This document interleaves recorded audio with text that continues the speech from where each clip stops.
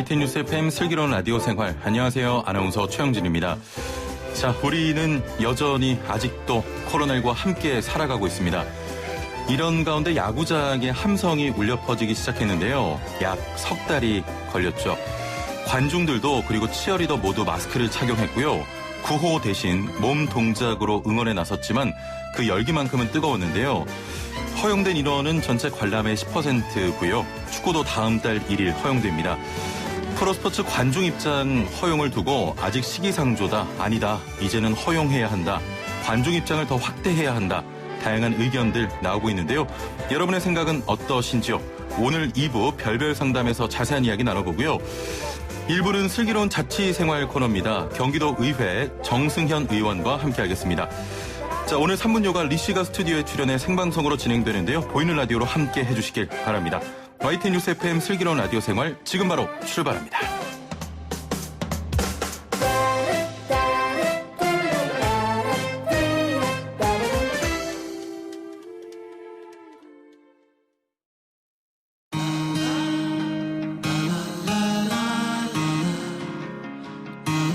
생활이 묻고 정보가 답한다. YTN 뉴스 FM 슬기로운 라디오 생활.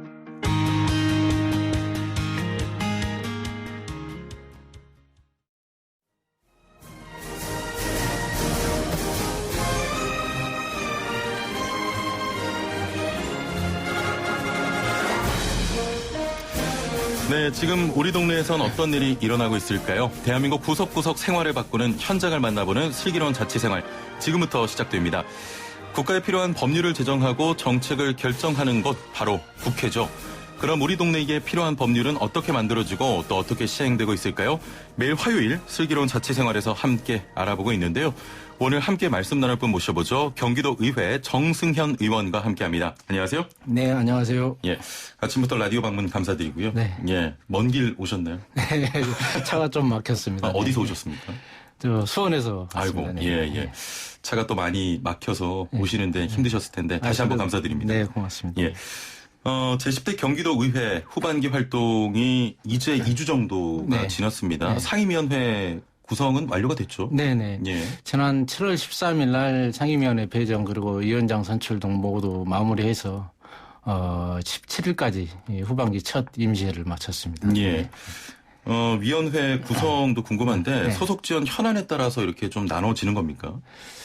네, 그렇죠. 다소 이제 지역별로 현안들이 있고 또 의원 분포도가 다르기 때문에 예. 상임위 의원 배정할 때는 이제 여러 가지 이제 근거들을 가지고 이제 배정을 하게 되는 것이죠. 예. 기본적으로 이제 상임위원회 선임은 이제 우리 의회 교섭단체 및 위원회 구성 운영 조례에 의해서 이제 배정을 하게 되는데 예. 사실 이번 후반기 상임위 배분하면서는 저희들이 수석 대표단과 사전에 TF팀을 꾸렸습니다. 그래서 예. 그 TF팀에서 20일 동안 약 31차례 조정회의를 거쳐서 하여튼 완벽하지는 않지만 예. 모든 의원들한테 면접 내지는 또 전화 통화를 통해서 충분히 동의를 받고 그렇게 해서 아마 불만 없이 예. 이 상임위 배정을 마쳤다고 해도 과언이 아닐 것 같습니다. 31차례 회의면 굉장히 많이 하셨네요. 네. 굉장히 뭐 인원이 많다 보니까 예. 141명 우리 비교섭단체 빼고 민주당 의원들만 130명이기 때문에 또 선호하는 상임위가 있고 또 선호하지 않는 상임위가 있고 그렇죠. 반면 의원들은 선호한 상임위에 집중되기 때문에 예. 이걸 배분하기라는 것은 굉장히 어려운 문제죠. 쉽지 않으셨겠네요. 네. 자, 이렇게 구성된 위원회 얼마의 기간 동안 운영이 됩니까? 이게 이제 7월 13일부터 공식적으로 시작해서 이제 후반기 2년 동안 이제 이 상임위를 이제 하게 되는 것이죠. 예. 네. 그래서 더더욱 신중하게 그리고 또 의원들을 배려해서 상임위원회 배분을 할 수밖에 없는 거죠. 예. 배분이 굉장히 중요하겠군요. 네, 그렇습니다. 예. 그 중에서 우리 의원님께서는 후반기 의회 운영장을 맡게 되신 거죠. 네. 의회 운영회라고 하면 사실 생소한 분들도 많으실 것 같은데 네. 어떤 활동을 하는 곳입니까? 그렇죠. 이제 운영위원회라고 하면 일반 상임위원회 같은 경우는 이제 주로 사업부서와 직접적으로 이제 이 연관된 그런 이제 상임위를 하는데 우리 예. 운영위원회는 사실 이제 의회 운영 전반에 관한 역할들을 하는 부분들이죠. 예. 물론 여타 집행부 소관도 있습니다만은 기본적으로 저희 경기도 같은 경우는 140명 의원들이 의정 활동을 하는 데 있어서 좀 더 나은 조건에서 또 좀 더 나은 환경에서 예. 의정 활동을 할 수 있도록 의회 운영 측면에서 역할을 한다라고 보면 되겠습니다. 예. 전반적으로 그러니까 우리 운영위원회는 소위 이제 뭐 이 가장 선임 상임위원회이기도 하지만은 소위 말하는 의회의 어머니라고 하고 이제 그렇게 이제 불리기도 하는 거죠. 자, 그렇다면 한마디로 좀 살림살이를 만든다 네네, 이렇게 그렇죠. 보면 되겠군요. 네네. 경기도 의회가 아무래도 경기도 자체가 워낙 크고 인구가 네네. 많기 때문에 전국 최대 규모로 운영이 되는 것으로 알고 네네, 있습니다. 그렇습니다. 그럼 이렇게 큰 규모의 의회가 도민의 생활을 원활하게 도울 수 있도록 운영위원회의 역할도 굉장히 중요할 것 네, 같은데 그렇습니다. 어떻습니까? 뭐 여러 가지가 있겠습니다만은 사실 이제 말씀드린 것처럼 운영위원회 역할이 분명히 있기 때문에 또 예. 의회 전체의 어떤 이 일정 조율이랄지 그런 부분들이 있고 또 의원들 의정 활동을 지원하는 부분들이 있기 때문에 예. 우선 먼저 지방의 역량 강화 측면에서 현재 이 후반기 계획하고 있는 것은 사무처의 기능을 좀 강화할 필요가 있겠다라는 생각을 하고 있습니다. 예. 전반기에 이제 이 각 상임위원 전문위원실에 이제 의회 인력 충원 과정들이 있었습니다만은, 아시다시피 이제 의회 인사처 독립 문제랄지 또 의회 전문성 강화를 위해서 현재 전문위원실의 조직 개편하는 예. 안들을 지금 검토하고 있는 부분이고 또 새로운 또 직렬을 좀 신설해서 의원 역량 강화 및 의정 활동 지원하는 데 좀 역할을 하려고 좀 신경을 쓰고 있고 두 번째로 뭐 아시는 바와 같이 지난 20대 국회에서 지방자치법 전부 개정안 통과가 사실 무산됐고 예. 그래서 이제는 21대에서는 이 지방자치법이 꼭 통과될 수 있도록 그 노력을 지금 하고자 하고 있습니다. 예. 사실 91년도에 지방자치가 출범하면서 30년이 지금 지난 시점 이 현재가 가장 아마 지방 분권을 앞두고 굉장히 중요한 시기라고 보고 있는 예. 만큼 저희 경기도의회뿐만 아니라 전국 의회 운영위원단과 합심해서 그래서 초당적으로 그리고 전국적으로 예. 이런 문제를 풀어나가기 위해서 다각도로 좀 준비하고 또 예. 실행할 계획이 있습니다. 앞으로 많이 바쁘시겠군요. 네, 예. 그렇습니다. 경기도 의회가 그 수원에 네. 경기도청 네네. 내에 자리하고 있죠. 네네, 그렇습니다. 예, 네. 예, 참고로 제가 지난해인가요? 그 의원님들 그 스피치 교육하러 경기도 의회에 네네네. 몇 번 갔었습니다. 아, 그러셨군요. 봄에 오시면 참 좋은데. 예. 다음번에 제가 찾아뵙게 되면 인사드리겠습니다. 예, 아주 뭐 봄에 벚꽃길이 참 좋고요. 예. 지금 이제 그 광교의 신청사를 좀 준비를 하고 그렇죠, 있어요. 예. 그래서 내년에 이제 입주 중인데 그래서 또 포스트 광교 시대를 저희들이 또 준비하고 그렇습니다. 있습니다. 네네. 예. 도의원들은 특히나 더 지역에 가깝게 또 지역의 구석구석 살펴가면서 역할을 다하고 있습니다. 네. 이렇게 생각해보면 정말 그야말로 1분 1초가 좀 네. 아까운 분들인데 지역에 따라서는 의회 모임을 위해 움직이는 시간도 좀 적지 않을 것 같아요. 네. 어떻습니까?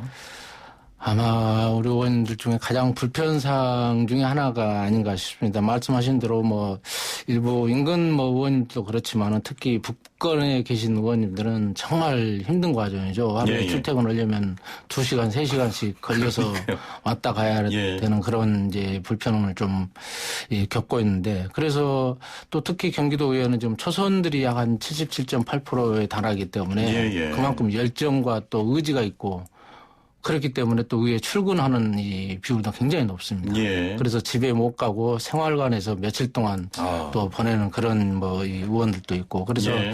저희 운영위원회에서는 사실 이제 경기 북부청에 의정부에 있습니다. 북부청에 우리 북부권 의원들의 좀 이 편안한 그런 의정 활동을 좀 돕기 위해서 스마트 스퀘어 공간을 좀 활용하고 또 설치해서 굳이 수원까지 오지 않더라도 예. 북부청에서 또 일정 부분 역할들을 좀 감당할 수 있도록 그런 지금 준비를 좀 하고 있습니다. 예. 네. 아무래도 북부라고 하면은 의정부 뭐 뿐만이 아니고 네네. 뭐 파주, 뭐 양주 파주, 이런 연천, 지역이죠? 포천, 뭐 예. 이 동두천 뭐 다 그렇죠. 네. 그런 분들을 위해서 네. 또 스마트 워크센터라든지 회의실 등의 또 설치를 계획하고 계시고요. 네네. 운영위원회 분들은 더욱 바쁜 임기를 보내실 것 같습니다. 네. 의원들이 도민들을 잘 도울 수 있게 운영위원회의 역할도 좀 지켜보겠고요. 네. 의회 활동 더 살펴보겠습니다.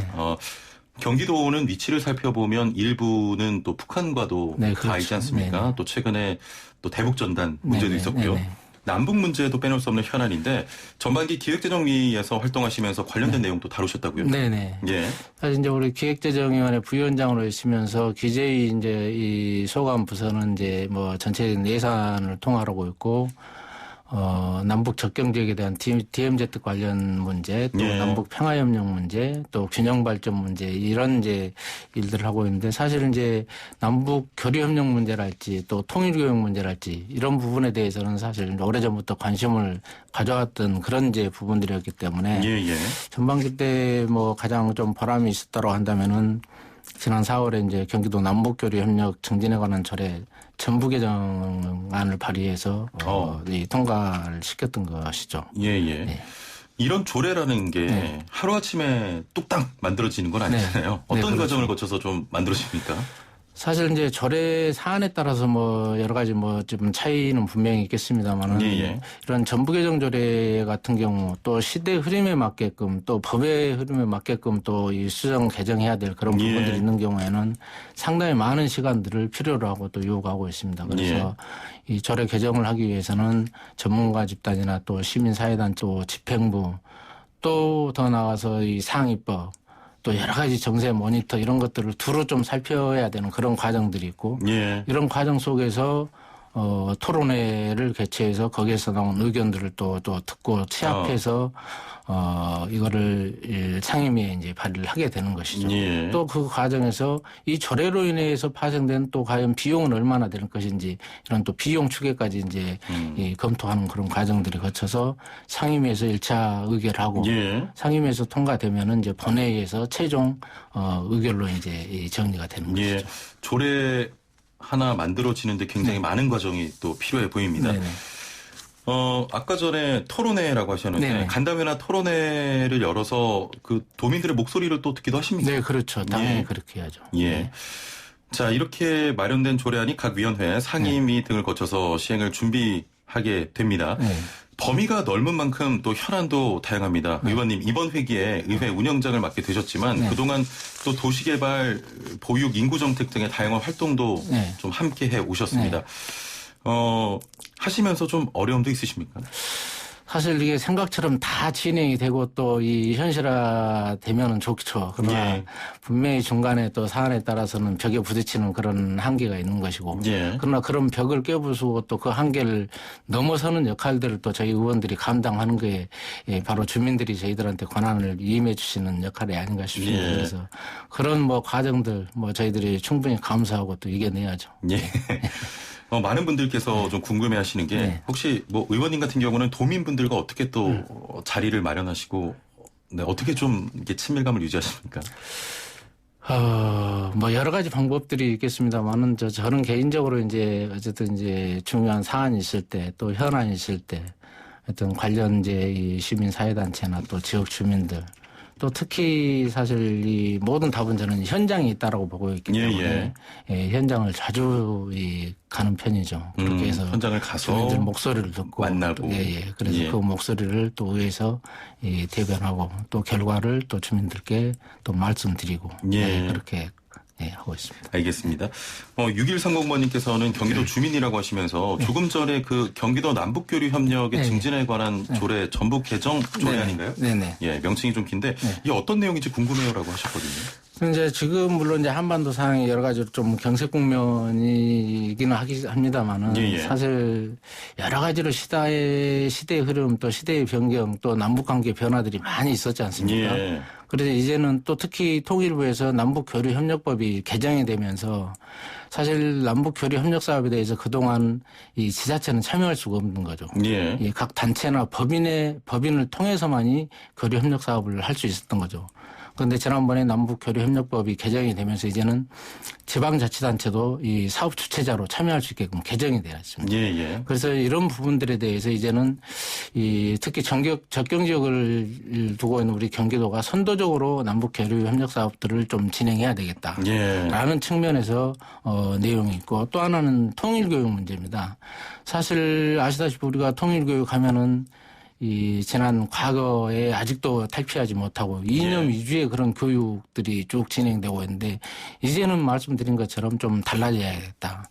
그래서 통일시대 이후를 준비하는 그런 교육이 돼야 되겠다. 예. 시대가 이렇게 변했고 군사적 환경들이 이렇게 변한 만큼 교육 역시도 좀 변해야 되겠다라는 측면에서 그런 내용들을 좀 담았습니다. 그래서 그 내용이 우리 도지사의 책무랄지 또 의회의 역할을 할지 예. 그런 부분들을 좀 전부 좀 개정해서 시대 흐름에 맞게끔 바꿨습니다. 예, 알겠습니다. 오늘 의원님 만나 뵈니까 말씀도 너무 잘하시고 이렇게 부드러운 느낌이 들어서 네네. 제 개인적인 질문이 굉장히 많아지는데 네. 의회 운영위원장 이제 후반기 네네. 맡으셨지 않습니까? 네네. 좀 필요한 덕목이랄까요? 어떤 게 좀 네. 강점이자 장점이라고 생각하십니까? 사실 이제 운영위원장은 사실 이제 좀 다선들이 맡는 게 관리였고 또 그렇게 그렇겠죠. 하는 예. 게 또 타당하다라고 보여지고 예, 있습니다. 예. 그런 측면에서 초선인 제가 이 상임위원장을 맡게 됐다는 게 대해서 그러시군요. 굉장히 뭐 예. 부담감이 크고 어깨가 무거운 거죠. 예.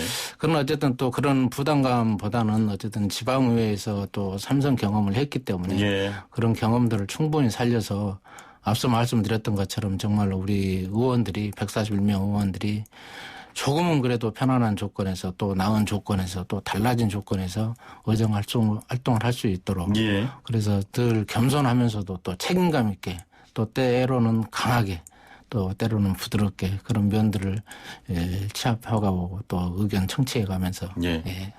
운영해 나갈 생각입니다. 멋지십니다.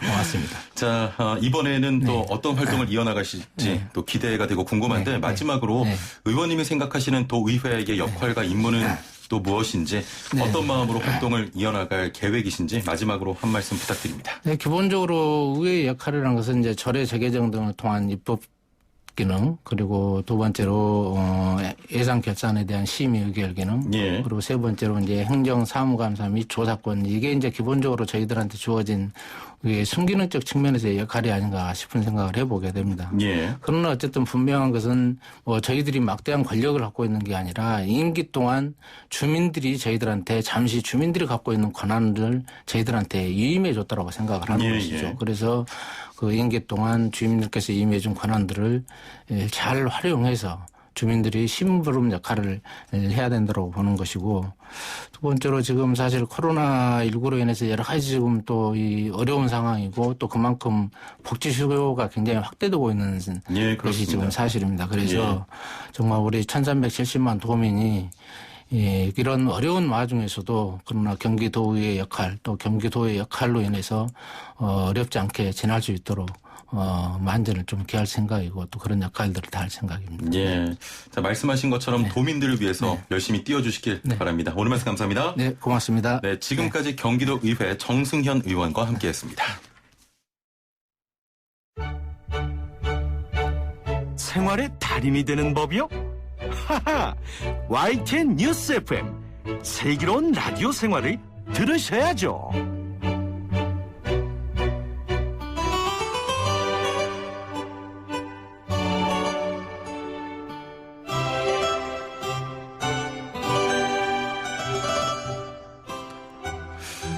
네, 의원님과 인사를 나누느라고 우리 리 씨가 들어오는 걸 제가 미처 잘 보지 못했습니다.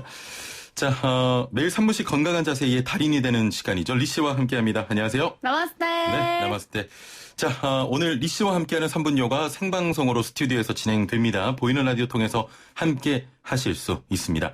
자, 오늘 어떤 자세입니까? 네, 오늘은요, 우리 청취자분들의 손목 건강을 위한 스트레칭을 준비했습니다. 예. 혹시 손목 건초염이라고 들어보셨나요? 아니요, 못 들어봤습니다. 우리 손목에는 앞뒤로 여러 개의 힘줄이 있는데요. 이 힘줄을 감싸고 있는 막을 건초라고 합니다. 예. 그런데 손목을 자주 사용하다 보면은 이 막에 염증이 생겨서요, 통증이 발생할 수 있는데요. 그래서 평소에 손목 스트레칭을 꾸준히 해줘서 이런 통증을 예방할 수 있는 스트레칭법을 준비해봤습니다. 자, 그 말씀은 손목 그 힘줄을 감싸고 있는 어떤 그 막, 부분에 그렇죠. 막에 네. 염증이 발생하는 걸 손목 건초염이라고 그렇죠. 부르는 거고요. 이 염증이 발생하지 않도록 오늘 동작을 통해서 저희가 배워보는 거군요. 맞습니다. 네. 사실 오늘 동작이 이 손목 건초염을 자가 진단해볼 수 있는 핑겔스타인 검사법인데요. 예. 이 검사법을 통해서 평소에 스트레칭도 가능하기 때문에 이 검사법과 함께 같이 예. 알려드리도록 할게요. 예, 어떤 자세인지 궁금합니다. 네. 조금 더 이 손목 건초염 이야기 나눠보면 이렇게 손주병이라고 많이 하나요? 맞습니다.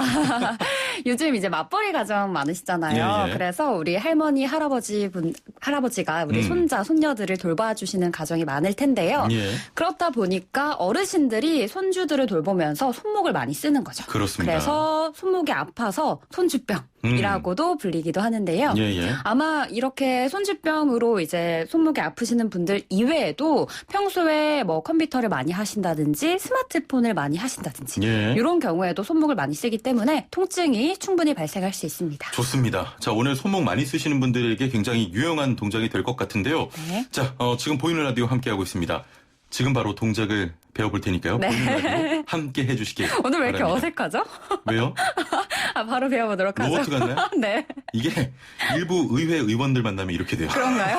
긴장은 좀 풀고 예, 예. 네, 한번 오늘 동작 알려드리도록 자, 할게요. 소개해 주시죠. 네, 먼저 손목 스트레칭이니까요. 가볍게 예. 의자에 앉아서 따라해 보도록 해볼게요.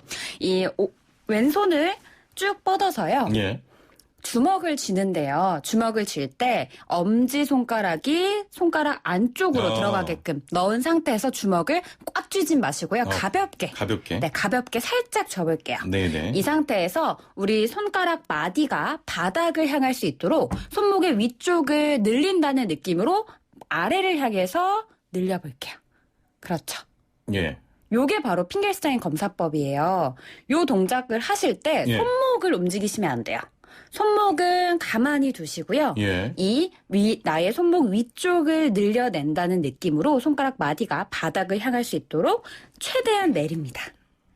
그러면 이 손목 위쪽이 굉장히 통증이 느껴지시죠? 저 아파요. 많이 네. 아픈데요? 이 통증이 좀 심하게 느껴지시는 분들은 예, 손목 예. 건초염을 의심해 볼 수 있습니다. 예. 그래서 이 동작을 내렸다가 다시 풀었다가 네, 이 오른손으로 왼손목을 잡아주신 상태에서 하시면 더 좋습니다. 예. 네, 엄살 아니에요?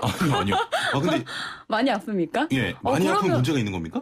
문제가 있다라기보다 이 예. 손목 건초염을 의심해 볼 수 있어요. 예. 그래서 이 동작을 핑겔스타인 검사법이지만 이 동작을 꾸준히 예. 반복해 주시는 것만으로도 손목 스트레칭이 가능합니다. 지금 많은 분들께서 이 동작 어렵지 않으니까 한번 자가 진단 해보시고 운동해 보시면 좋을 것 같아요. 저 같은 경우는 통증 이상으로 약간 찌릿한 느낌도 들거든요. 지금. 네, 맞습니다. 이 찌릿한 느낌이 들면은 정말 손목 건초염을 의심해 볼 수 있거든요. 예. 평소에 별로 손목을 안 썼는데 손목 자체 통증이 느껴지신다거나 아니면 예. 좀 열감이 느껴지시는 분들 그리고 엄지손가락만 움직여도 이 손목 위쪽 부분 예. 이쪽에 통증 자극이 느껴지시는 분들은 손목 건초염 정말 의심해 볼 수 있고요. 예. 제가 한번 이제 오른손으로 다시 한번 동작 알려드려 볼게요. 예. 이 엄지손가락을 안쪽으로 넣어서 주먹을 살짝 쥐어볼게요. 지금 HYY님께서는 검지가 아프다고 하셨는데 너무 꽉 찐 거 아니십니까? 네, 너무 꽉 쥐셨는데요. 부드럽게. 네, 제가 처음에 주먹을 쥘 때 꽉 쥐진 마시고요.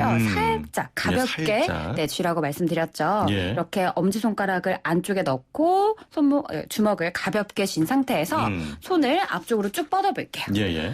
자, 이 상태에서 나의 손목 위쪽을 늘려낸다는 느낌으로 손가락 마디가 바닥을 향하도록 밑으로 꾹 내리는데요. 예. 이때 최대한 손목을 움직이지 않고 예. 손목은 가만히 내비둔 상태에서 이 손목만 늘려낸다는 느낌으로 마디를 바닥을 향해서 내려볼게요. 너무 아픈데? 우리 형진 씨 안 아픈 데가 없죠? 운동을 좀 해야겠습니다. 네, 자, 이 동작 예. 네, 정말 틈틈이 해주시면 좋을 것 같아요. 예. 찜질 같은 거 해줘도 효과가 있을까요? 맞습니다. 이 저녁에 좀 손목이 너무 아프다, 또 열감까지 느껴지신다 하는 분들은 찜질 예. 효과가 있습니다. 근데 너무 많은 통증은 냉찜질이 좋고요. 예. 좀 가벼운 통증은 온찜질로 해주시면 좋을 것 같습니다. 알겠습니다. 자, 어렵지 않은 동작이니까 한번 해보시면 좋을 것 같습니다. 자, 3분 투자로 손목 건강 챙기시길 바랄게요. 3분 여가 리 씨와 함께 했습니다. 감사합니다. 나마스테. 나마스테.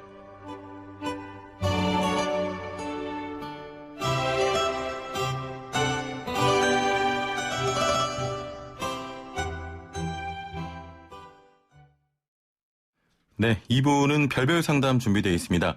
코로나19 여파로 무관중으로 진행되던 프로야구의 관중 입장이 26일 재개됐고요. 프로축구의 경우에도 다음 달 1일부터 관중 입장이 허용됩니다.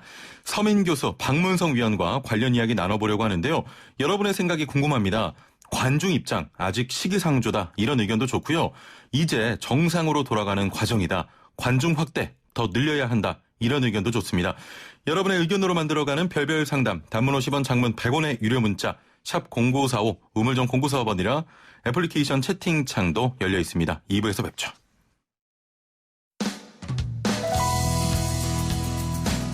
슬기로운 라디오 생활 2부에서는 건강, 세금, 자동차, 부동산, 노동 분쟁까지 생활 속 궁금증과 상식들을 속 시원하게 풀어보는 상담실이 마련됩니다. 상담이 필요하신 분은 유료 문자 샵 0945, 우물정 0945번이나 YTN 라디오 전용 애플리케이션 예스 채팅창을 통해 참여하실 수 있습니다. 네, 생활 속 별별 이야기 나눠보는 별별 상담 시간입니다. 코로나19 여파로 무관중으로 진행되던 프로야구의 관중 입장이 26일 재개가 됐습니다. 지난 5월 5일 개막한 뒤 83일 만인데요. 오는 8월부터는 프로축구도 관중 입장이 시작된다고 합니다. 이날을 기다리던 분들 많으셨을 텐데요. 그런데 또 한편으로는 사람이 모이는 장소에 가도 될지 고민인 분들도 많습니다. 별별 상담, 오늘은 드디어 시작된 운동장 직관, 안전하게 관람할 수 있는 방법에 대해 함께 이야기해보려고 하는데요. 안전한 관람을 위한 방법도 좋고 직관에 대한 기대, 그리고 여러분의 의견도 좋습니다. 우물정 0945, 샵 0945, 단문 50원, 장문 100원의 정보 이용료가 부과되는 문자메시지 보내주시면 함께 이야기 나눠보죠. 애플리케이션 채팅창도 열려 있습니다. 자, 그럼 함께 이야기 나눌 분 모셔보죠. 오늘도 두 분과 함께합니다. 단국대의과대학 서민교수 박문성 해설위원입니다. 안녕하세요. 네, 안녕하세요. 예. 네. 네, 안녕하세요. 야구 전문가 서민입니다. 네, 야구 전문가 한 분과 축구 전문가 한 분 이렇게 모셨습니다.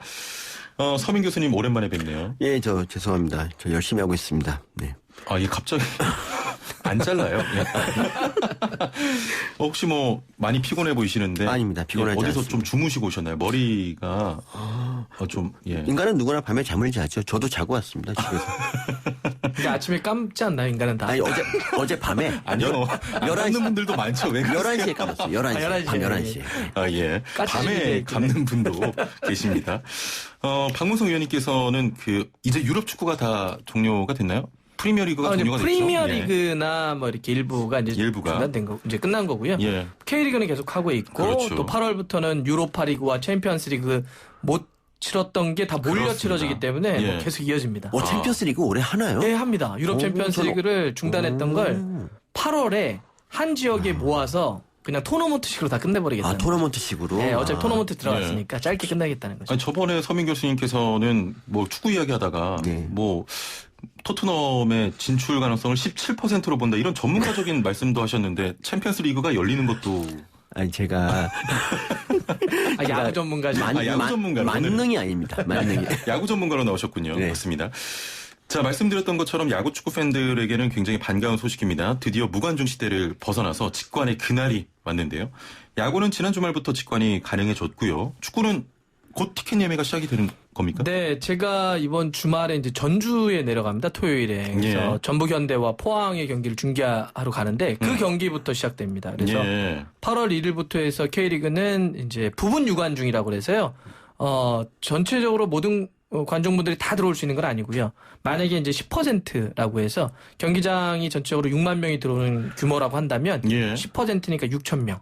에 한해서 띄엄띄엄 앉히겠다는 거. 마스크 착용하고 다 하고요. 예. 네. 열 체크하고. 축구장이 크니까 6천 명이나 들어갈 수 있군요. 그러니까 가장 큰 경기장 서울 같은 데는 네. 한 6만 명 혹은 뭐 한 4만 명 경기장도 있고요. 작은 데는 뭐 1, 2만 명도 있는데. 야구장은 제일 커봤자 2,400명이라서 아, 좀 네네. 안타깝습니다. 표 구하기가 거의 하늘의 별따기입니다. 그러게요. 표가 어렵죠. 네. 진짜 어렵더라고요. 예, 표가기 어렵죠.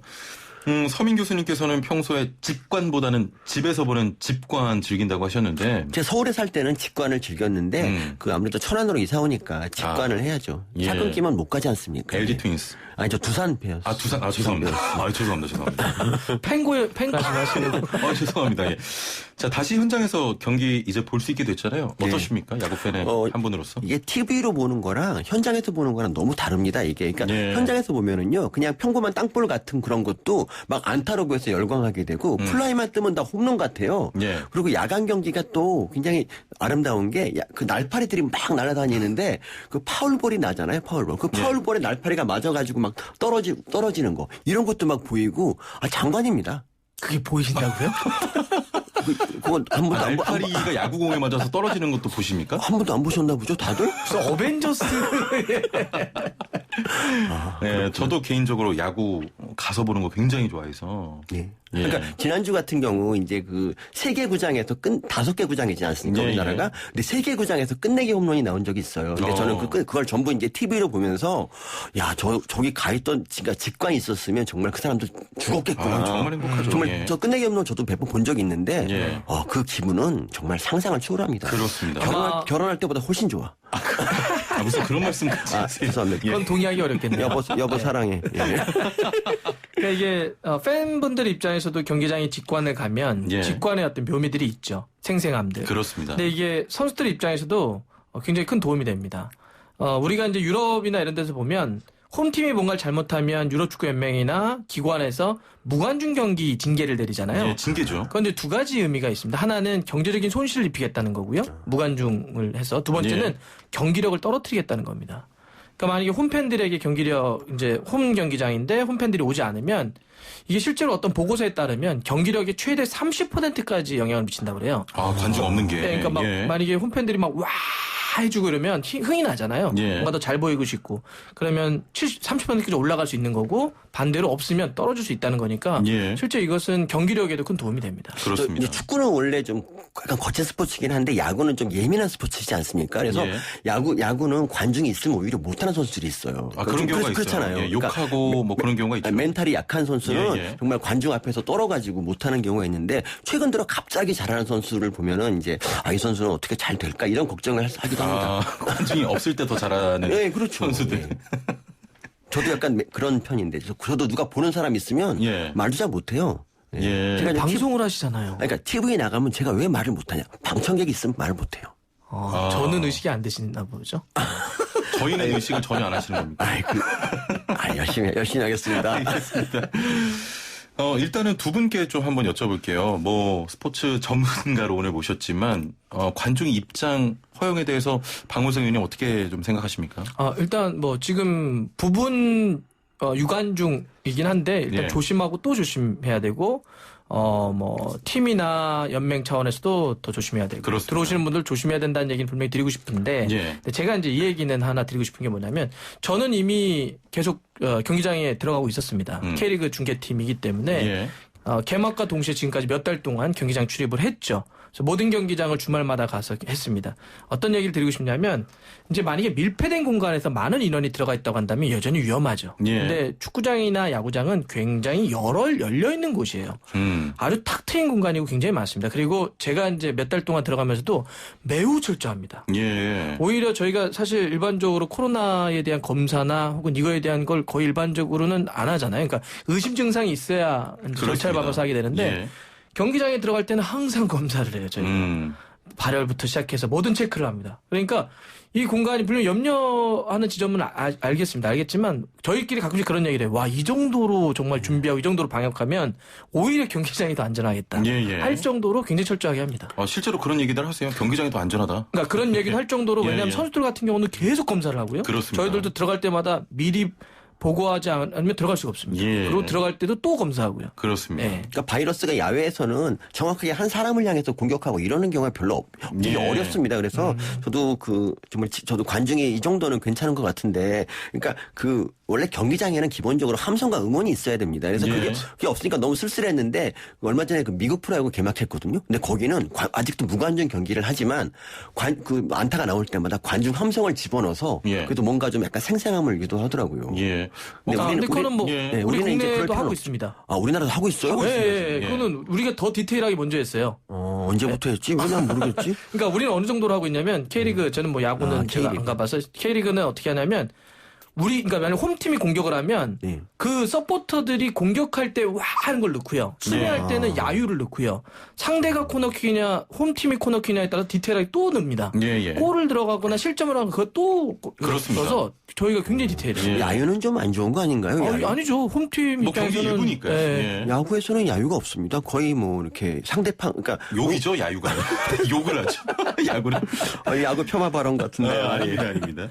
자, 사연이 하나 들어와 있는데요. 야구장 가도 될까요? 라는 사연입니다. 30대 야구팬 직장인입니다. 이맘때쯤이면 야구장에서 시원하게 스트레스 날려버리고 있었을 텐데 모니터로 보고 있자니 참 답답했는데 드디어 야구장에 갈 수 있게 돼서 너무 반갑네요.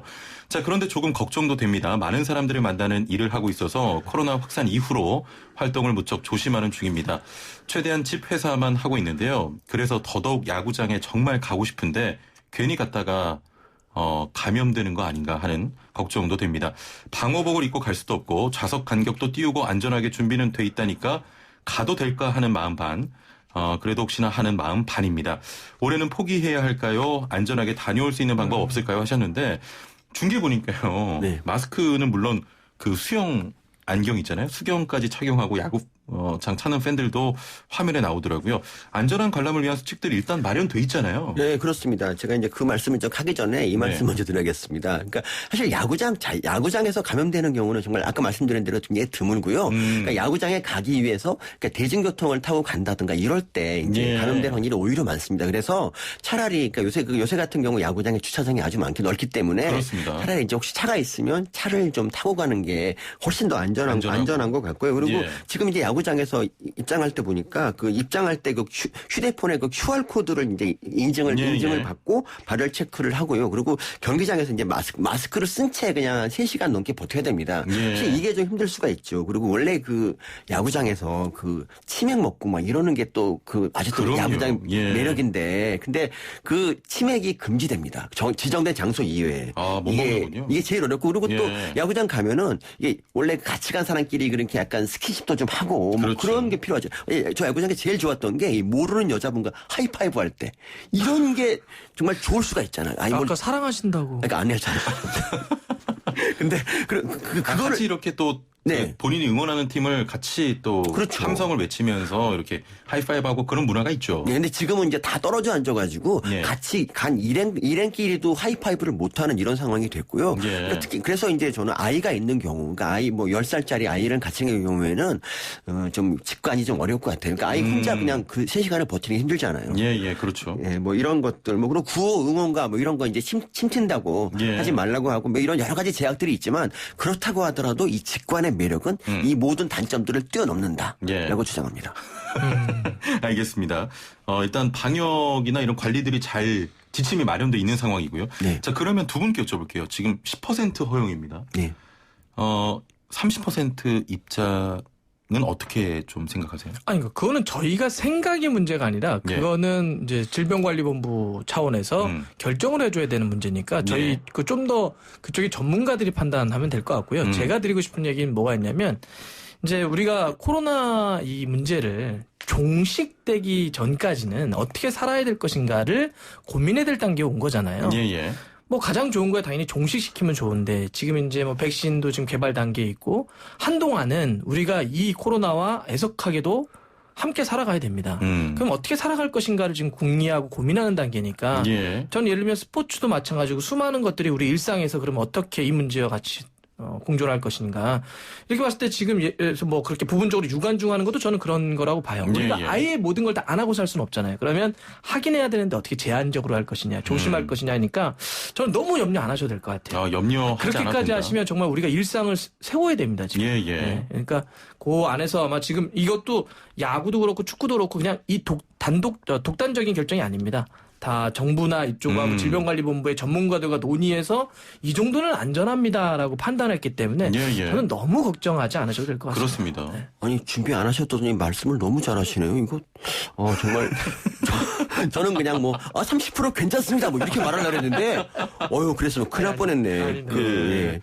전문가로 나오셨잖아요. 제가 코로나 전문가로서 말씀드리지만 그 30%쯤 하더라도 사실 야구장에서 어떤 문제가 발생하거나 이렇지 않습니다. 그렇군요. 뭐 일례로 그러니까 지금 야외 스포츠 뭐 테니스, 골프 이런 거에서 감염된 사례가 아직까지 한 건도 없는 거 봐서는 사실 지금 좀 30% 정도 늘리는 건 괜찮다고 봅니다. 밀폐된 실내가 위험한 거지 뭐 야외에서 이 정도 거리두기 하고 하는 건 그럼요. 염려할 필요가 없다. 저는 그렇게 생각합니다. 조심은 해야 되는데 우리가 지금 일상에서 사실은 생각해 보시면 훨씬 더 많은 그런 이제 밀집된 공간들에서 일상을 살아가고 계실 거예요. 지하철을 타시고 버스를 타시고 다 이렇게 살아갑니다. 근데 다 우리가 조심하잖아요. 예. 조심하니까 문제가 많이 나오지 않는데 야구장과 축구장은 훨씬 더 넓고 훨씬 더 열려 있습니다. 아마 가보시면 훨씬 더 몇만 명이 들어가는 경기장이기 때문에 그리고 또 아까도 말씀드렸지만 정말 들어가 보면 어떤 생각이 드냐면 야 이렇게까지 한단 말이야 싶을 정도로 몇 단계를 걸치고요. 저희도 다 가면 사라지겠네요. 가면. 검사를 다 한 다음에 검사를 했다가 또 뭘 택을 붙여야 돼요. 예, 그게 예. 없으면 또 가서 또 받으라고 그래요. 아,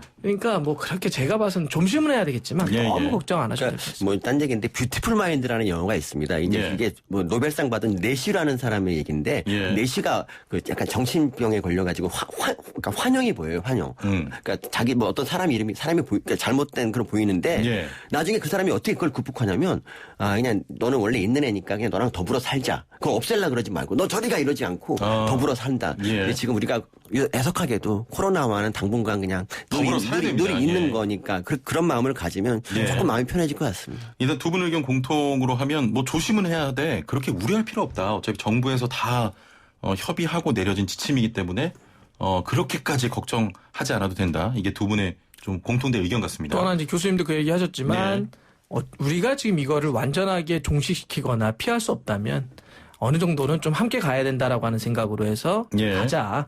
이런 생각도 가져야 되지 않을까 싶어요. 알겠습니다. 의견들 좀 들어와 있는데요. 3917번님께서는 모기업 적자라 어쩔 수 없는 결정이라지만 다 같이 조금 더 참아서 통으로 좀 무관중 희망했지만 정부의 결정이 아쉽다. 또 이런 분들도 계십니다. 네, 뭐 그렇게 생각하시죠. 예, 0581번님께서는 마스크 잘 쓰고 기본 예의만 잘 지키면 문제가 없다고 봅니다.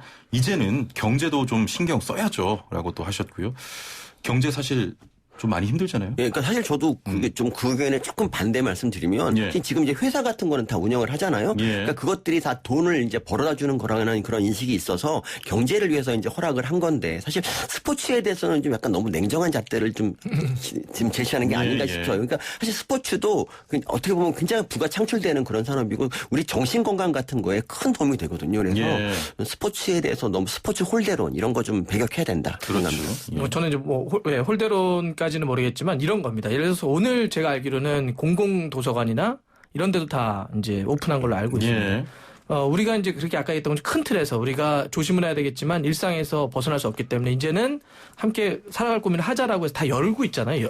혹은 열었거나. 그렇습니다. 근데 지금 오면 유독 스포츠에 대해서만 좀 그런 게 있는 것 같아요. 왜냐하면 스포츠가 그만큼 대중적이어서 그런 것 같아요. 상징적이어서.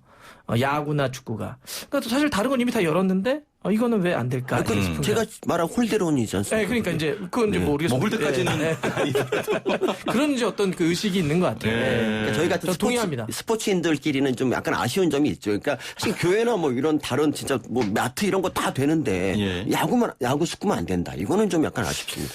저는 뭐 홀대로는 생각해 본 적은 없고 뭔가 그 어떤 스포츠가 주는 열광적인 그런 그렇죠. 그다음에 네. 상징성 뭐 이런 게 상징성? 있는 것 같고 예.